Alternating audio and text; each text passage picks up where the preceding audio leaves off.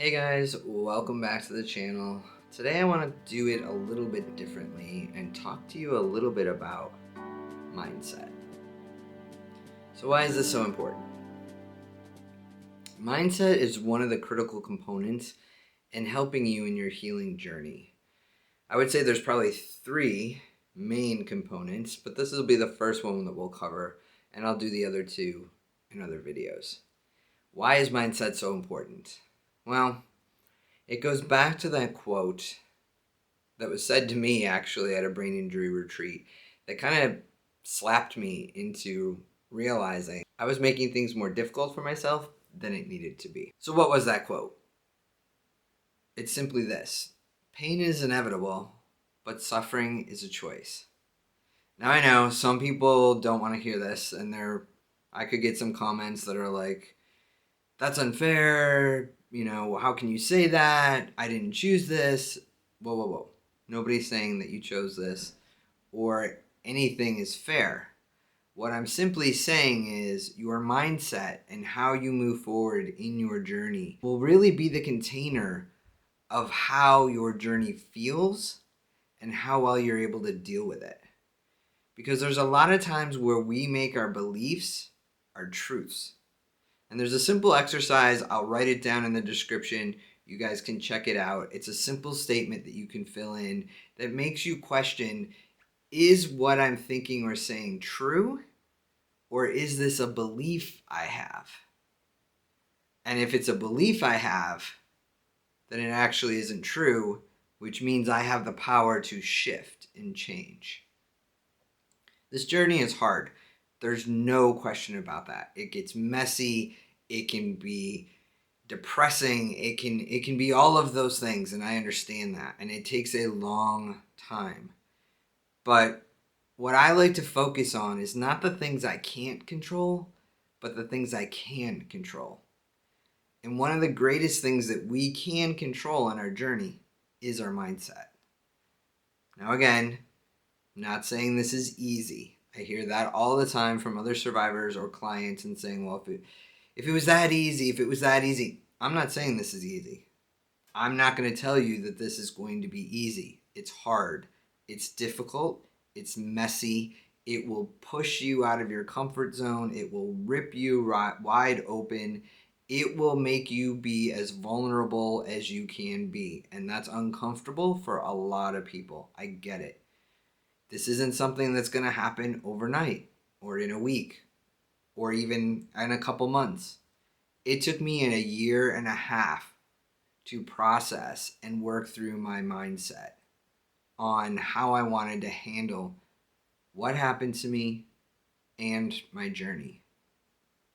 Negative emotions are tough. And mind you, when I say negative, I don't mean bad, because we have this misnomer that emotions are good or bad. They're not. Emotions are just emotions. Whatever we attach to them makes them good or bad. When I'm saying negative, I'm meaning something that creates a negative feeling that makes you feel uncomfortable. We don't like to feel angry, sad, upset. We don't like any of that. Confused, right? It doesn't feel good. So we do everything we possibly can to push those emotions away. And the problem with that is when you continue to resist those emotions, they just build and build and build up inside. And they will come out in one way, shape, or form. But the good thing about understanding that your mindset is in your control means that you have the power to change it. That's the difference that I've seen in survivors that get to thriving, right? And survivors that are still stuck over here, wondering, why did this happen to me? This is so unfair. And they just keep going around and around and around and around in that hamster wheel, not getting anywhere. And then they're the ones who come to me to do a workshop, or they'll come to me for advice, or anybody else, and say, well, it's been 7 years, it's been 10 years, it's been whatever, and I can't seem to get to happiness. I'm still angry, I'm still upset. Because you didn't let yourself grieve.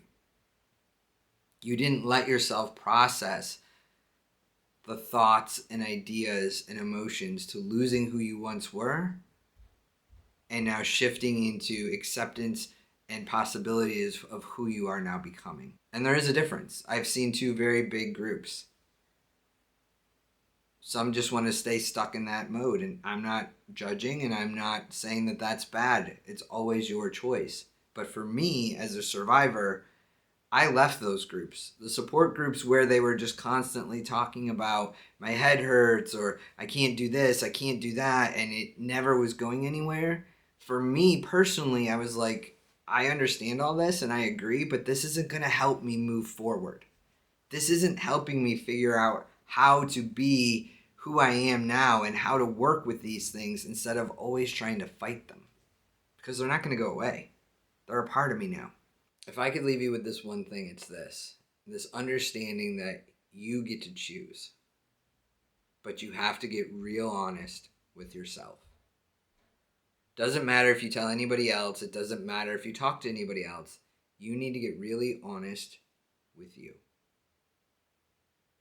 And understand and ask yourself, are you holding yourself back from moving forward? Question number 1. Question number 2, are you too attached to your TBI story? Meaning, have you become the story? What do I mean by that? Your TBI is something that happened to you. It's not who you are. You are more than the parts of the negative things that happened to you. Way more. This is just a small portion, even though it can feel like it's everything. I get it. But sometimes we get so caught up in identifying with that story that we don't even step back and think, am I over-identifying? Am I thinking and believing that I just simply can't do these things? Or is it true? And that exercise I'm going to give you in the description, it's just a simple statement. It's just, will take you 2 seconds. Will help you determine that. And number 3, when you can finally make peace with the fact that your TBI happened to you and that it isn't all of who you are, you will start to see big things in your life shift. It may take a long time. There is no right or wrong time frame on this. For some, it changes in a year. For others, I've seen they're 12, 13 years out and still not there yet.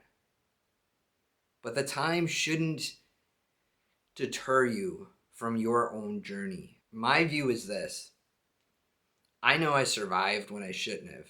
And I'll be damned if I think I'm going to have to live a life of misery because I survived. So I'm going to do everything I can, take every possible opportunity, explore every avenue to help myself work through this and get to the other side. And I don't care what it's going to take. I know I'm worth it. I'm here and I'm going to do it. And I'm not saying that I felt that way every day. There was many days where I felt like, oh, I can't do this. And I honored those days. Sometimes they lasted for a week. Sometimes they lasted for a couple weeks. But then I made sure that if I couldn't pull myself out of that, I found people surrounding me who could help me, encourage me, and understand, okay, you've been here long enough. Time to get up and move. Time meaning emotionally, not even physically. Just it's time to move on. You're not in this alone. I know it can feel that way. And I hope you take this video to heart and not think that I'm judging you or saying what you're doing is wrong. That's not what I'm doing at all. What I'm trying to show you is there is a choice, there are options, and there are possibilities. And if you feel so called to maybe reach out and figure out what those are, please do. You can join my group, TBI Thrivers. There's a link in the description. You can even just go to my website if you want more resources. Or there's other brain injury groups out there that could also help. Whatever you choose. But the biggest thing is make a choice. You deserve you more than anybody else. And that is the greatest form of self-love you could give yourself right now. So know that I'm here for you. Know that I see you. And know that I support you in any way, shape I can. So I hope this helped. Please give this video a thumbs up so I know that you guys are liking the content. Plus, it helps the algorithm to get these videos out to more survivors, which is the whole reason I started this channel, really, was just to help other survivors find new resources, new support, and new community. So I thank you for doing that. If you need notifications of when I'm releasing a new video, you can hit the little bell sign on there. It looks like a little bell. Just tap that. It will notify you if you're subscribed that a new video has dropped.